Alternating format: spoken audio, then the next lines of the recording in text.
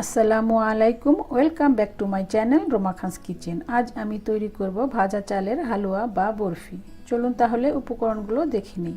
এখানে আমি 1 কাপ পরিমাণ সেদ্ধ চাল সামান্য লবণ দিয়ে ভেজে নিয়েছি।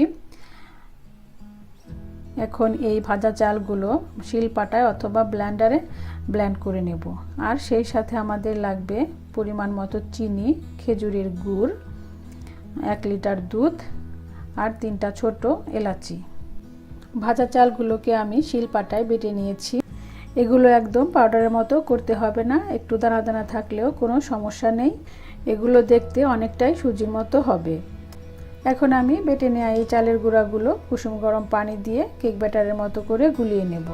আমার আম্মু দেশে সাধারণত খেজুরের রস গরম করে নিয়ে তারপর এই সুজিগুলো ভিজিয়ে থাকে।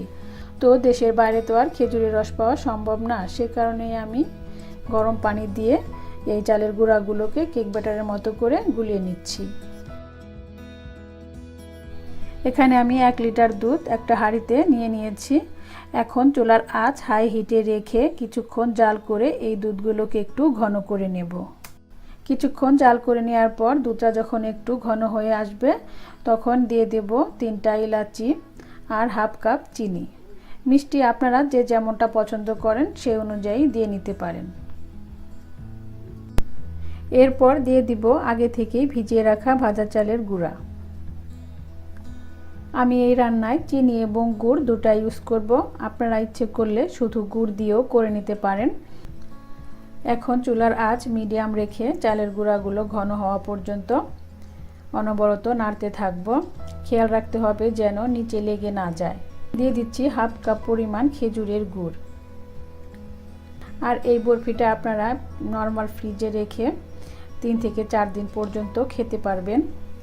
খেজুরের গুড় আর ভাজা চালের গুঁড়ার খুব সুন্দর একটা ফ্লেভার বের হয়েছে। দিয়ে দেব কিছু টুকরো করে নেওয়া পেস্তা বাদাম, আপনারা অন্য যে কোনো বাদাম দিয়ে নিতে পারেন। যদি হাতের কাছে বাদাম না থাকে তাহলে না দিলেও কোনো অসুবিধে নেই। আমাদের সুজিগুলো অনেকটাই ঘন হয়ে গিয়েছে। আমরা সাধারণত কেনা সুজির হালুয়া বা বুটের ডালের হালুয়া যেভাবে করে থাকি এর কনসিস্টেন্সিটাও ঠিক সেরকমই হবে। আমাদের ভাজা চালের হালুয়াটা হয়ে গিয়েছে। এখন আমি চুলার আঁচ বন্ধ করে দেব।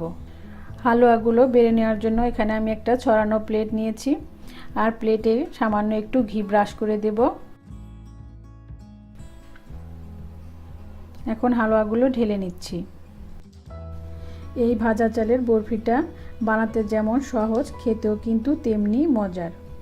আর কালারটা দেখতেও কিন্তু বেশ সুন্দর হয়েছে। এরপর স্প্যাচুলা দিয়ে চেপে চেপে একটা রাউন্ড শেপ করে নেব। আমাদের হালুয়াটা রাউন্ড শেপ করে নেওয়া হয়ে গিয়েছে। এখন আমি পুরোপুরি ঠান্ডা করে নিয়ে এরপর একটা চাকু দিয়ে কেটে নেব। আপনারা আপনাদের ইচ্ছে অনুযায়ী যে কোনো শেপে কেটে নিতে পারেন। আমি একটা টুকরো 3 অ্যাঙ্গেল করে কেটে দেখাচ্ছি। পরে আমি বাকিটুকু বরফি শেপে এবং 3 অ্যাঙ্গেলের শেপে কেটে নেব।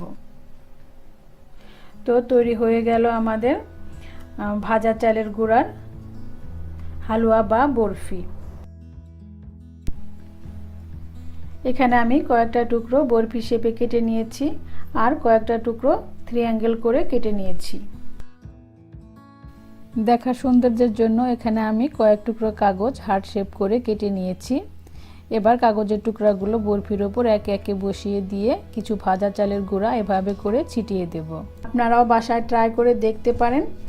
আজ এ পর্যন্তই, কথা হবে নতুন কোনো রেসিপি নিয়ে। সে পর্যন্ত আল্লাহ আপনাদের সবাইকে খুব বেশি ভালো রাখুন সেই কামনা করেই বিদায় নিচ্ছি। আল্লাহ হাফেজ।